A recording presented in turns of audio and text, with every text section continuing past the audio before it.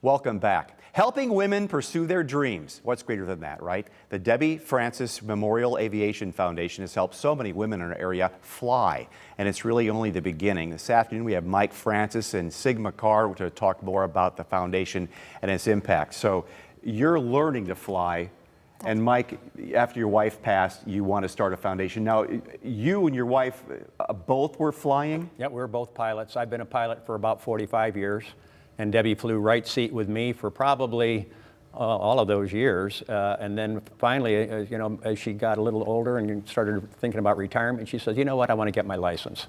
So she started her journey at 61 years old, and she became a licensed pilot at 63.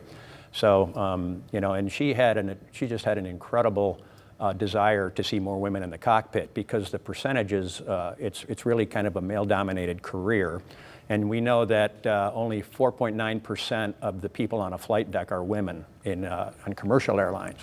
So Debbie didn't like those numbers. And so she had a developing mission while she was with us on Earth. She had a developing mission to change those percentages.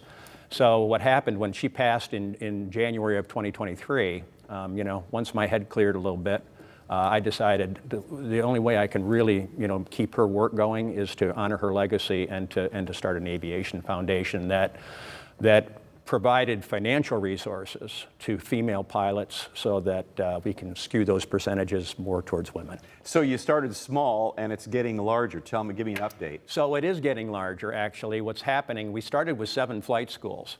And 7 flight schools in BGSU was one of our biggest ones. They're one of the largest flight schools in the area. So we started with the BGSU team, and Catherine Smith there, she was very helpful. And then we picked Crosswinds Aviation, which is Eastern Michigan's flight school representation. And then we picked some smaller flight schools in Southeast Michigan. And we gleaned a group of applications in 2023 once I started the foundation and got my 501c3 designation. And what ended up happening is we ended up boiling that down to 4 finalists, and Sigma was one of those finalists, and Sigma actually was the first award winner of the inaugural year of the Debbie Francis Memorial Aviation Scholarship. So we're really proud of Sigma and all the work she's done. So I made a commitment to my board of directors that what I would do in October is I would start engaging more flight schools. So I have spread this awareness campaign, and it's important to kind of point out when you put a new scholarship out there, nobody knows about it. Sure. And so you have to do something other than just put it on social media. You have to do something. So what I ended up doing is I talked with 65 flight schools in 6 states. And they all now support the foundation as well. So it's in the upper Midwest. So Sigma, how did you hear about the foundation, and had you always wanted to learn to fly? So I trained with Crosswinds Aviation, and they had put up Debbie's like a poster in all of their office, and I saw there. I looked at Debbie's picture, and there was a message about her story, how at the age of 63, even with a full-time job, she got her license. And that just touched me. It's like she was that stubborn. Even at that age, she did not let anything stop her. She was like, I'm going to get after it. And that's where I found the information, applied for the scholarship. And yeah, speaking of what I always wanted to do, since the beginning, I want to be an astronaut. And so the try was always towards that, but because of all the family doesn't support, because I'm a woman, so they don't support me doing a risky career like this, going to a different country, studying. And so that was creating some hindrance coming so far, but thanks to my mother and my 2 brothers, they support me, and because of their support, now I could come so far.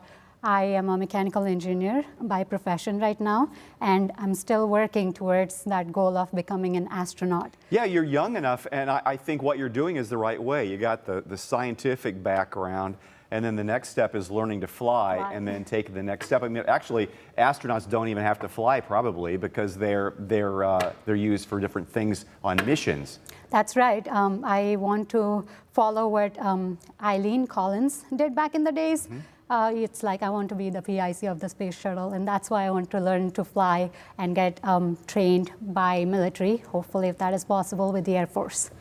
Mike, we have about 1 minute left, but Yep. So you must be proud of what you've been able to get done in a very short period of time. I wouldn't have the first clue how to get a 501c3 thing going, or if the right term, to get a nonprofit going like that. But here you are, not very far into this thing, and it's been enormously successful, helping so many people.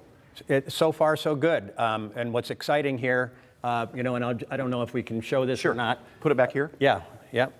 So this is, for 2024, this is going to be first prize for the scholarship award. We're going to give out a $3,500 check to some lucky, not necessarily lucky, but some skillful pilot. And then there's going to be multiple scholarships, maybe a little bit lesser than this, but we've gained enough financial strength in the first 7 months that we're going to be able to really help a lot of women. And so we're super excited about it. Thank you for coming in. Mike, Sigma, thank you so much. Yeah. Weather's coming up. Oh, here's some more information, debbieflies.com. That's a great name for a website. And there's the phone number if you'd like to follow it up. But the application deadline, April 1st to June 15th. Weather's coming up next. Here's Kaylee.